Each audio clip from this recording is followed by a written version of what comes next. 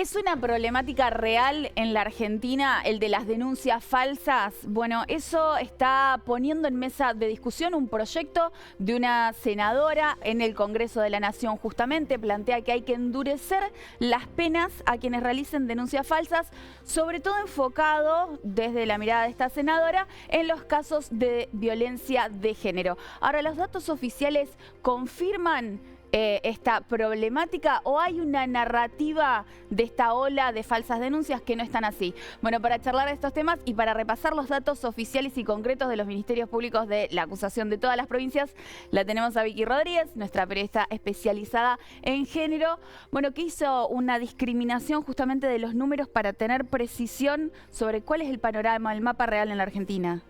Sí, Gaby, la semana pasada lo hablábamos de menos del 1% de denuncias falsas. Eran datos que tenían que ver con ONU Mujeres, con Amnistía Internacional, con los relevamientos que estaban circulando de estos organismos, pero justamente el fin de semana se dio a conocer un informe del Observatorio de Violencia de Género de los Ministerios Públicos.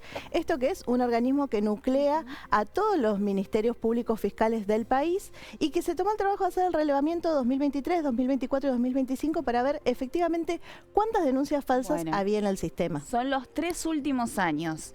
Las cifras son impresionantes. Miren estos números porque de verdad que son llamativos y sobre todo el contexto en el que se está dando la discusión. A ver, vamos a repasarlos, Vicky. Sí, es el 0,09% del total de las causas penales son catalogadas como falsas denuncias. Estamos hablando de una cada 1098 causas. Nada, muchísimo menos de lo que veníamos hablando con los organismos internacionales. Y sí, lo que hay que destacar es que este relevamiento va sobre 17 jurisdicciones. Quedaron afuera del relevamiento Catamarca, Corrientes, Jujuy, La Rioja, San Luis, Santa Cruz y Tucumán, porque no tienen discriminado esto en sus bases de datos. Bueno, cuando hablamos de la importancia de los registros públicos y de que todo eso esté digitalizado, toda esa información, porque eso permite trazar políticas públicas, hablamos de esto. Ahora, atención porque empezamos a desgranar ese 0,09, lo empezamos a desgranar. A ver, falso testimonio representa el 0,025, se va achicando cada vez más. Es decir, una cada 3.940 causas. Sí, nada. Bajísimo el número. Bueno.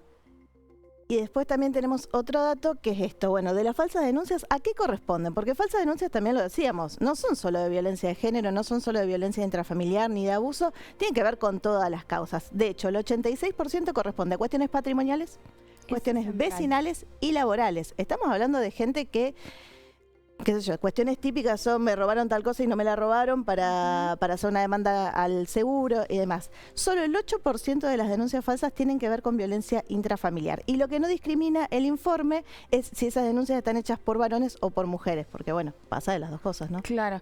Bueno, a ver, me parece que esto es importantísimo. Son muy poquitas las denuncias falsas en la Argentina. La verdad que el sistema no está impactado por denuncias falsas y además el 86%, es decir, la gran mayoría de esas denuncias falsas no son por hechos de violencia de género, que es a donde apunta también al proyecto de esta senadora.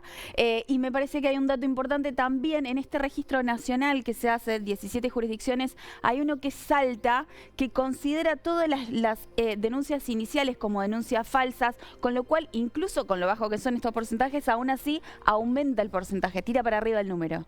Sí, prácticamente la mitad de los datos relevados corresponden a la provincia de Salta y el mismo informe hace esta discriminación, explica que bueno, que hay una cuestión ahí en la manera en que Salta registra esto, que hace que impacte, que ellos lo sostienen dentro del informe porque metodológicamente corresponde, pero que es necesario aclarar esto. Casi la mitad de los datos provienen de esa provincia y los investigadores no detectaron que haya ahí efectivamente una ola de falsas denuncias, sino que tiene que ver con algo metodológico. Por eso una de las recomendaciones que hace este informe es puntualmente eso, invertir en mejorar el registro que está haciendo la justicia de las causas que ingresan. Fundamental.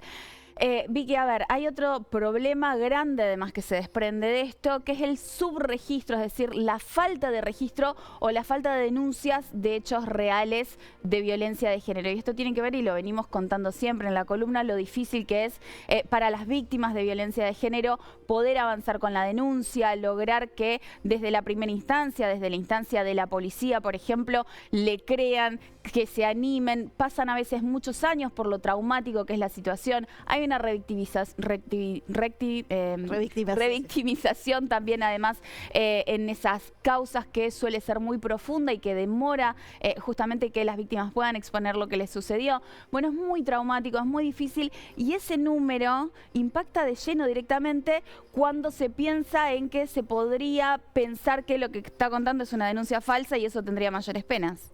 Claro, seguro.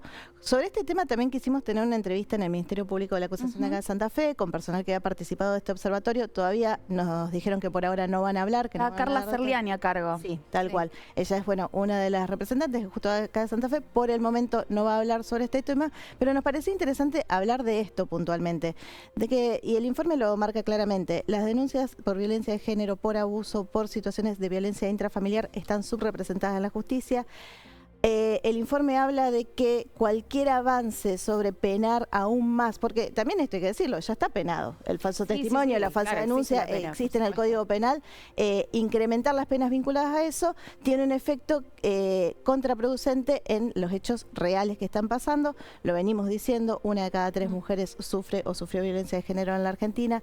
Este informe también releva datos de otros organismos donde habla de que el 70% de las mujeres adultas sufrió alguna situación de acoso y la gran mayoría no lo pudo denunciar, no lo denunció. Y esto habla de una falencia que tiene la justicia, pero que también tenemos a nivel cultural, de cómo acompañamos a las víctimas para poder llegar a esa situación de denuncia, para poder exigir justicia y sobre todo para limitar que las personas que ejercen violencia, que ejercen abuso, puedan seguir haciéndolo.